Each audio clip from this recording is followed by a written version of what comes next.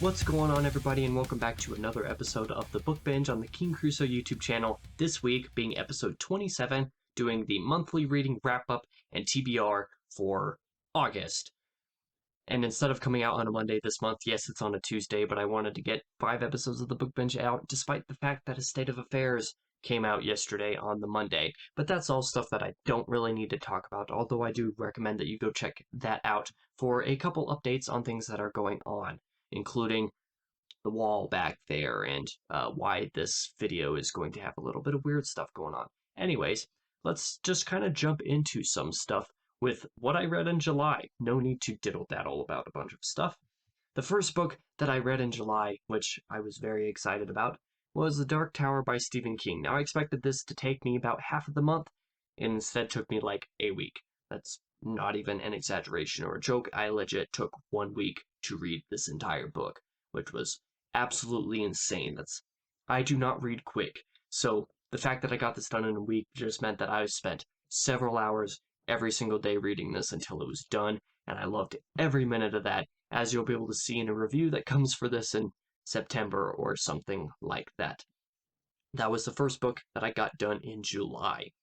Now, the second book that I read in July, because I did get a surprising amount done this month, was The Gunslinger by Stephen King. This was a reread, obviously, because this is the first book in the Dark Tower series. I originally read it in January.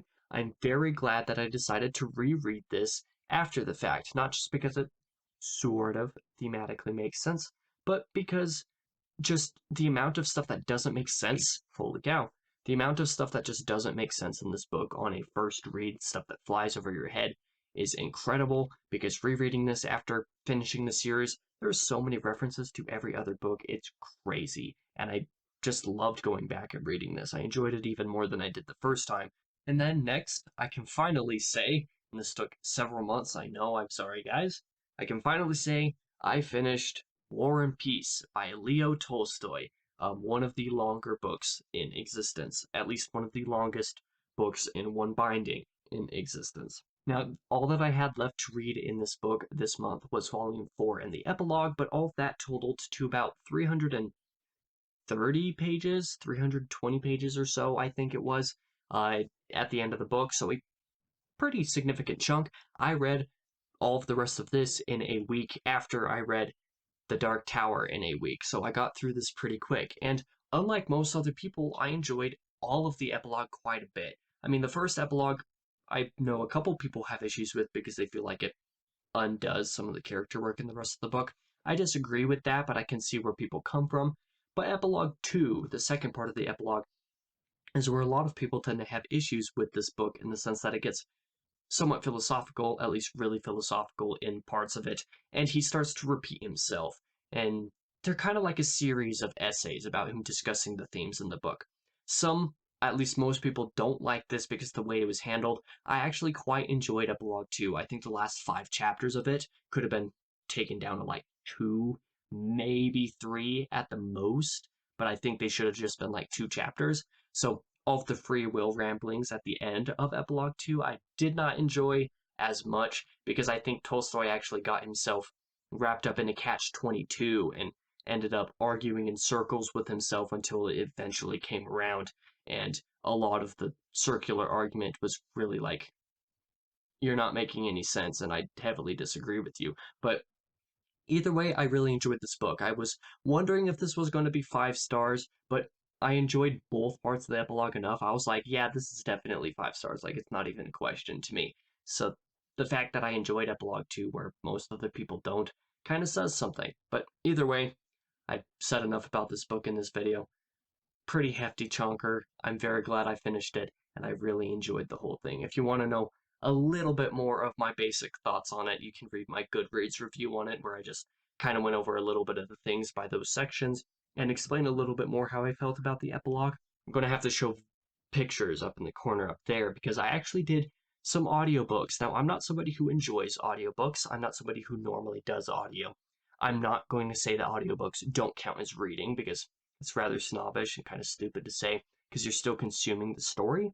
But for me, audiobooks is typically not something that I enjoy doing. I do my Bible reading on audio while I do like bike rides and stuff like that because that's the easiest way for me to consume it. And if I miss stuff in the Bible, reading over it many times over the years, I can catch some of that stuff again, learn something new each time. I'm not as concerned about catching every little thing the first time around because that's a little bit much to ask, especially when Leviticus is concerned. But I did do some audio of the Another Kingdom trilogy by Andrew Clavin.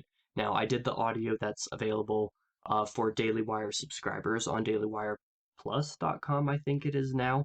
The first book being Another Kingdom, the second book being The Nightmare Feast, the third book being The Emperor's Sword. Now, I really enjoyed this. Like I said, I'm not typically into audio very much, but I enjoyed this trilogy. It was something that gave me, I had time to be able to do some listening to audio like while at work, doing some cleaning stuff, as well as doing some other things that I needed to do at home in which I wasn't really in the mood for music. So it gave me something new to do. The first book was really good. I enjoyed it. Some pretty cool concepts and ideas going on there, at least a very unique idea as far as I'm concerned. Takes kind of the traveling into another fantasy world, traveling from the real world and fantasy world a lot differently than even like Chronicles of Narnia does, since that's one that notably does that kind of thing. Nightmare Feast was all right. It definitely had that middle book syndrome that trilogies tend to have. It was not quite as well done, in my opinion, and definitely kind of had an arc that was like, okay, well, some of this is just set up for the last book, and some of this is just continuing from the first book, but it doesn't really have its own identity. There was some really cool stuff in there, but I do think that it had a few problems as a result of being that middle book. But the last book, The Emperor's Sword, very good all the way through. One of my favorites of the year so far, just because it did all of the ideas, it did all of the things that the first two books were doing, and did them even better, and really, and had a few scenes that took some concepts and themes and stuff that I really liked and enjoyed. So I did that whole trilogy on audio. Really enjoyed it. I thought it was good. If you happen to be a Daily Wire subscriber, you have it for free on the website, available on the listen section. You can go into Another Kingdom, and all three seasons are there just waiting for you to listen to them. So if you're interested, you can do that if you're a subscriber. And then the next actual physical read that I did in July was The Obscene Bird of Night. Surprise, surprise for all of you weirdos who were insisting that I read this for so long. Now, I didn't read this because everybody was insisting. It was part of the reason, of course, but a lot of it was because I was like, you know what? I do have a lot of time in July. I might as well just do it since everybody's bugging me about it. So I did get this done, and yes, I did do it in secret, purposely to surprise you guys. Now, with the publishing of this video, my Goodreads review for it is going to be online pretty soon after this video is published, as well as I'll probably post screenshots of all of my writings and ramblings, thoughts on basically every single chapter as I read through. So, yeah, I hope that was a nice surprise, but I'll just say, yikes. Some of you guys might be disappointed by my thoughts on this, but I'll just leave it at that, and then go into the final book, possibly, that I read in July. Now, similar to the State of Affairs video, I'm actually wearing the same garb as I wore in that video. I'm recording this video on the 26th instead of my normal time around the 30th or so for these videos. So I may be able to get another book fit in because I want to, but we'll get into that into another section of this video. But The Red Pyramid by Rick Riordan is another book that I got into. Here last month, I was like in my TBR, I was like, you've seen the bird books, like one that I might get to over the next few months if I have a chance. If not, it'll probably just be next year. If I have time for extra reads, I want to be able to get to this trilogy this year.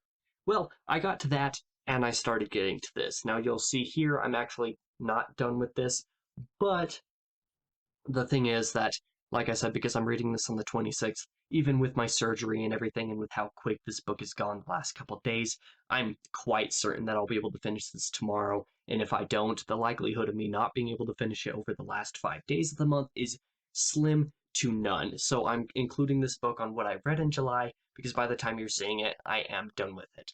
My impressions so far are that I remember surprisingly little. Like, if you ask me to recall scenes from this book, from when I read it the first time in like 5th grade or something like that, I wouldn't be able to tell you basically anything that happened. But as I'm reading, the images that I have in my head, my imagination of the events happening, pretty much all of them are the exact same. It's like a deja vu thing happening, like what happened in 5th and 6th grade. The same images that were popping in my head back then as I read the book are happening again now, and that's really kind of creepy and weird, but really kind of entertaining because it's like reading it a second time. But like I said, kind of a deja vu feeling. So, with that being said, let's talk about what my favorite reads of the month were. Now, I'm going to give an honorable mention in this section to The Emperor's Sword, that third book in Another Kingdom, because I did think that culminated in a really nice way, that ways in that the first two books just didn't and couldn't as a result of the way they were structured, but I did really enjoy that, even though it was audio again. That was something that I really liked. I'll just say that as an honorable mention just because it was a different format.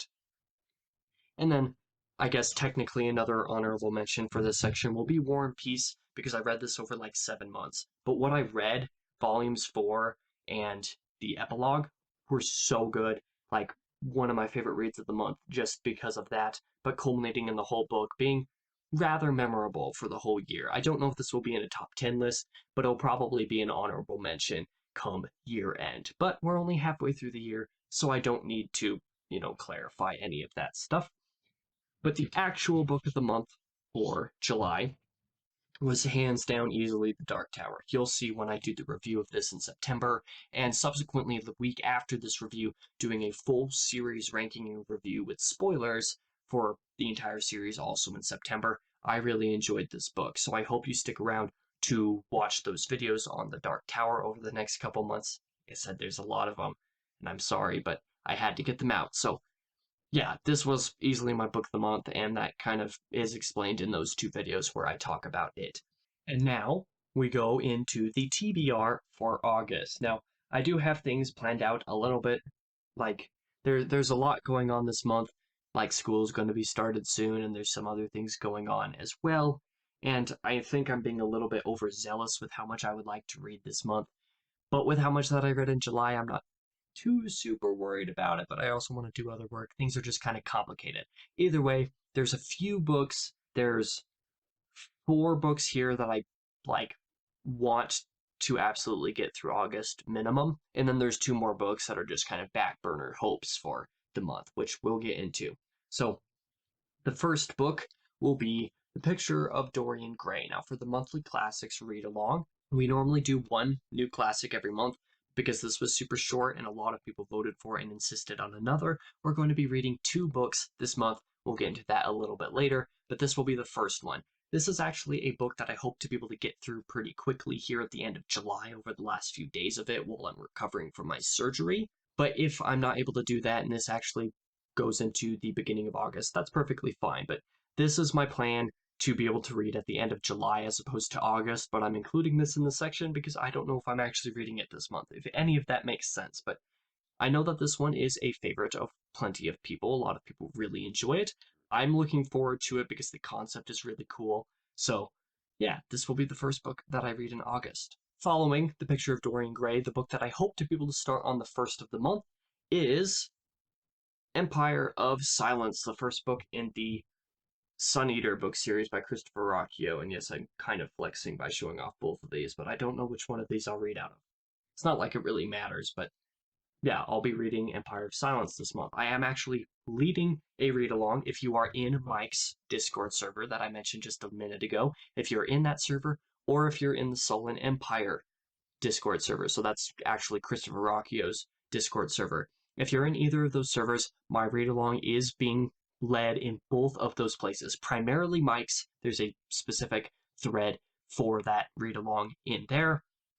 And I suppose I could probably post the entire read-along schedule in the description of this video if I remember. If not, you can check out Mike's server and join along for the read-along there. That'll be super fun. Like I said, I'm actually leading that myself, so I hope to be able to start this on the first and be able to get it done pretty quick. I've heard nothing but good things for pretty much everything that Rocchio has written so far in the universe, so I'm very excited for that.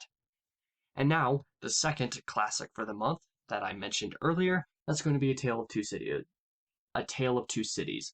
This one's also pretty short, and I don't really have much to say about it. Basically, everything I have to say about it, I actually say in the book haul video for the month because I've already recorded that. Um, I hope you'll check out that video and hear what I have to say about this because my voice is getting hoarse and I need to not talk too much at the moment. Anyway, I'm excited for this to be my first Dickens read. I know it's a little bit different than most of his other great novels, but the reasons that people describe that it's different from his other great novels, I think I will actually enjoy and like better than some of his other works, but I am excited to be able to get to this. So I hope to be able to read this after I'm finished with Empire of Silence. Now for another book that I actually talked about a little bit in that book haul video, that being Tides of War by Stephen Pressfield. Basically, everything that this guy has written seems like it'll be super interesting to me, like right up my alley, basically everything he's done. And this book is no different. A friend in Discord, that being Lockie, he was planning to read this sometime this summer, and I decided, hey, this looks really awesome. I don't have a whole lot of crazy plans for August before school starts, so I'll go ahead and join you. So I picked this one up, and even though it's a little bit longer than I was anticipating it would be, I think I'll be able to get through this one just fine because ancient history and even mythology related stuff of this sort is stuff that I just love so much. So I'm looking really forward to being able to read this sometime this month as well. And I hope I'll be able to talk to you, Lockie, about it when, whenever we've both read it.